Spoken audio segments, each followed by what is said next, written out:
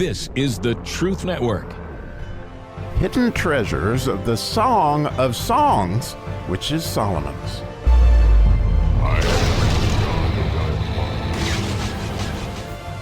So it's kind of bittersweet for me again, as this is our last episode in the 5th chapter of the Song of Solomon, as we have spent 3 episodes on this last verse. In English, it's a 16th verse, and it is the Ayin verse, which really we understand today. You'll see, I think, clearly with me why it's the Ayin verse, and also why it's now my favorite verse.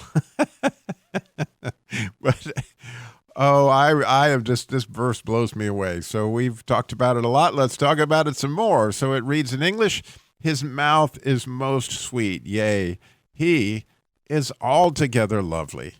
This is my beloved, and this is my friend, O daughters of Jerusalem." So again, we get to this last part. This is my beloved, and this is my friend. And as I said, this has everything to do with the letter Ayin. And so let me spend a little time on that letter for us, because to me it is such a magical letter, because it is one of the key ingredients of the word friend, which interestingly, and I would agree with Spurgeon, that when it says that he's altogether lovely, that's a burning altar from the the throne of God himself. Like, man, I mean, that's something that is more than amazing, more than beautiful. But actually, when you think about it from a personal standpoint, my favorite part of the verse is when it says he's my friend, and I'll explain why. Because the letter Ayin, you might know, looks like a Y if you were to see it, and it's meant to be like your 2 eyes. And so you have at the end of a Y, if you could picture that in your mind, there would be an eye on each of the tops of that Y. Well, the interesting thing about that is you got 2 sights that you would see with your eyes. If you're standing there looking at me right this minute, you would not see 2 Robbies. You would see 1 Robbie, because those 2 visions come together to form one vision. And therein is the wonder of the letter Ayin, is that how in the world did we take these 2 pictures that you see with your left eye and your right eye, and your brain matches them together to create one vision? Okay? And the idea of the Y, when you look at it, is also that of a yoke and a servant. And it has everything to do with that letter Ayin. If you go look at the verses of the Ayin section of the 119th Psalm, you will see, be merciful to my servant. We are thy servant. Throughout that section, you're going to see the idea that a servant is to have your vision. Without a vision, the people perish. So this idea of having the same vision or being yoked, which was very important in the Jewish civilization, that the rabbis would yoke their students to them. And so when Jesus said, "Take my yoke, it's light," and all that had a lot to do with that. But the word friend ends with the letter Ayin, okay, in Hebrew, which is significant. And then the first letter in the word friend in Hebrew is a resh. And if you go look at the 119th Psalm with the resh section, the resh has to do with the headwaters of something, or the beginning of something, or the head of something, or to consider something. And the point is that Jesus is always considering who's going to be his friends. He picked them like before the time began. But the thing of it is, before you go be friends with somebody, you consider, is this person trustworthy? Is this somebody that'd be fun to be around? You have all these decisions that you make, that you decide to be friends with somebody. But once you do become friends with somebody, you begin to share the same vision. It's just what happens with good friends. Well, if you look in Luke chapter 15, to me, when you really look at that, what Jesus is telling us there, he's like fulfilling the prophecy of what was said here in the 5th chapter. This is my beloved. But then she ends this unbelievable verse with, "This is my friend." In other words, Jesus chose me because I'm his favorite. He considered and he chose me to be his friend. Again, when you look in the 15th chapter of the book of John, you'll see I am the vine and you're the branches, right? But remember all that he said, no greater love does a man have than to lay down his life for who? His friend. And then Jesus says clearly, he couldn't say it more clearly, you didn't choose me, but I chose you, right? And he says, I no longer call you my servants, but my friends.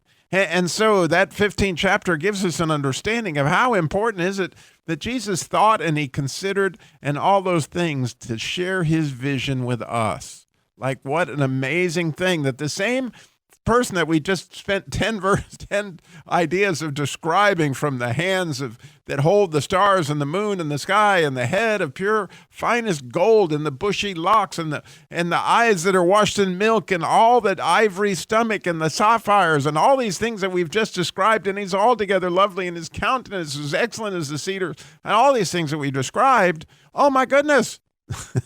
All of that, the person that owns all that, he considers you his friend.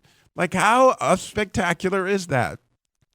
And so, one of my favorite stories for a long time has been, when Jesus showed me on many occasions that he's my best friend. He just is. But anyway, I have a granddaughter by the name of Lila, and Lila loves to fish.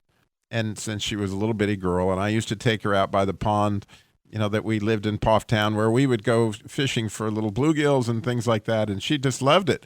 Her mother loved to go fishing in Colorado, so when Lila was about 8 years old, maybe 9, we took her out fishing in Colorado, which seemed like a great idea. But after 2 days of fishing with Lila, she was 8 years old, and trout aren't like catching a bluegill. It takes some patience to catch a trout. And so, unfortunately, she wouldn't leave her line in the water long enough to really, give the fish a chance to get on the lure.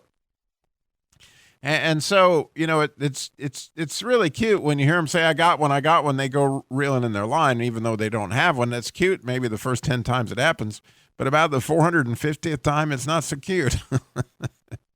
And so I had lost patience with my granddaughter, and when I did, I looked at her and very harshly said, Lila, you have got to leave your lure your bait in the water long enough for the trout to see it and try to bite it. You can't just keep reeling it in until you actually have one. You'll feel it on the end. And she looks at me very sternly and says, "Papa, you have violated the first rule of fishing." Yes, I thought, who's the only person who's ever taken Lila fishing in her whole life? That would be me.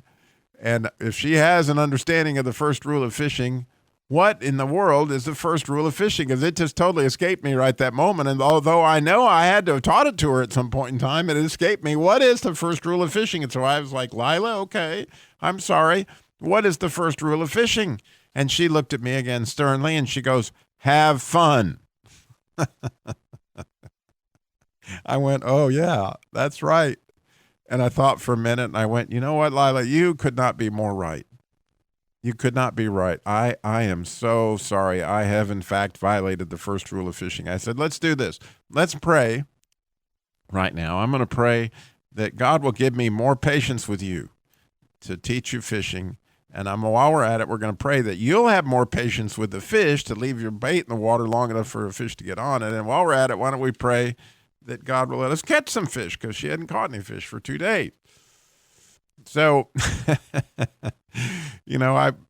we prayed, we did all that. It was a sweet moment. And then she cast her line back in the water. And I turned to see my daughter was down the stream, and she had a snag. And I was like, "Oh man, I got to go fix that." And as I take 2 steps towards my daughter, not my granddaughter, all of a sudden, once again, I hear the familiar, "I got one. I got one."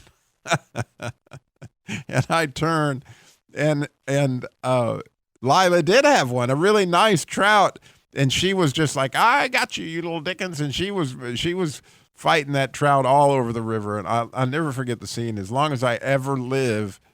That Jesus had clearly, right? He's my friend, and he gave me this moment, right, with my granddaughter to see her, catch that fish. Well, what happened was, her probably next 5 or 6 casts in a row, she caught a fish on every single one until her mother came up and everybody started catching fish. And it was like what had been a moment of stress and tension, God had turned into this unbelievable memory that will last all of us for the rest of our life, always known as the first rule of fishing. Well, I add that to the first rule of podcasting: have fun. Okay. or the first rule of listening to podcasts is let's have fun. Like, oh my gosh, Jesus is our friend. He is, and he wants us to see, right, the sun and the moon and the stars and the bellies and all he wants to see as he does every time we get a glimpse.